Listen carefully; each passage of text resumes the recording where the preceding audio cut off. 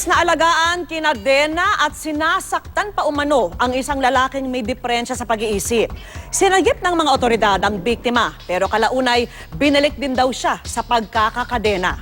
At yan po ang inaksyonan sa sumbungan ng bayan. Isang nakababahalang sumbong ang nakarating sa sumbungan ng bayan. Ang sumbong ni Erlinda Pantoja, kinakadena umano sa labas ng bayang kanyang pamangkin na si Jason, hindi nga tunay na pangalan. Nagkadiferensya umano sa pag-iisip dahil sa paggamit ng droga ang 37 anyos na pamangkin. Ang hindi pa masikmura ni Erlinda, kinakadena na nga, sinasaktan pa ng nakatatandang kapatid si Jason. Yung likod ng pasyente talagang lumobo.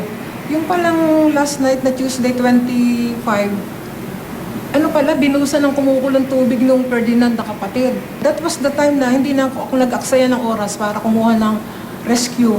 Agad dumaksyon ng Municipal Social Welfare Department ng Paumbong, Bulacan. Ang problema, matapos magamot, ibinalik din sa pagkakakadena si Jason. Pinuntahan ng sumbungan ng bayan ng MSWD ng Paumbong, Bulacan para linawin ang dahilan ng pagbalik kay Jason. Didiretso na siya sa mental hospital provided there is a family member or a relative na mag-e-escort kay para pagdating niya sa mental hospital, may magbabantay sa kanya doon dahil yun ang requirements ng mental hospital. Nilinaw ng social worker kung sino lang ang pwede nilang dalhin sa mga mental institution. Dati na kami nagdadala ng patient sa mental hospital, pero ang dinadala ng DSWD ay foundling. Dahil pumayag na si Erlinda na pasamahan si Jason, maipasok sa mental institution, isang rescue operation ang ikinasa. Bumungad sa mga social worker si Jason na walang saplot at nakakadena sa labas. Hello, o ano yung sinisigarilyo mo?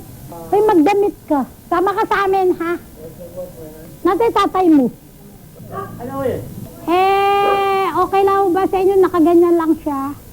May naka-schedule dadalhin sa Bataan, kaya lang nagkasugat eh. Ganun po. Sino po magbabantay pag dinala sa Bataan? Walang bantero na dati kailangan, 8 araw lang. Kailan po nyo dadalhin? Sige, social welfare kami. Oo nga, ng munisipyo. sila nagkakalam po ng schedule. Ang sabi, pag gumaling din sugat eh, binanlian kasi ng kapatid. Pwede po madala na. Ako, willing na dalhin doon yan. Kaya lang, wala akong magagot. Tumuha ako. Opo. Ako lang nagbabantero ito.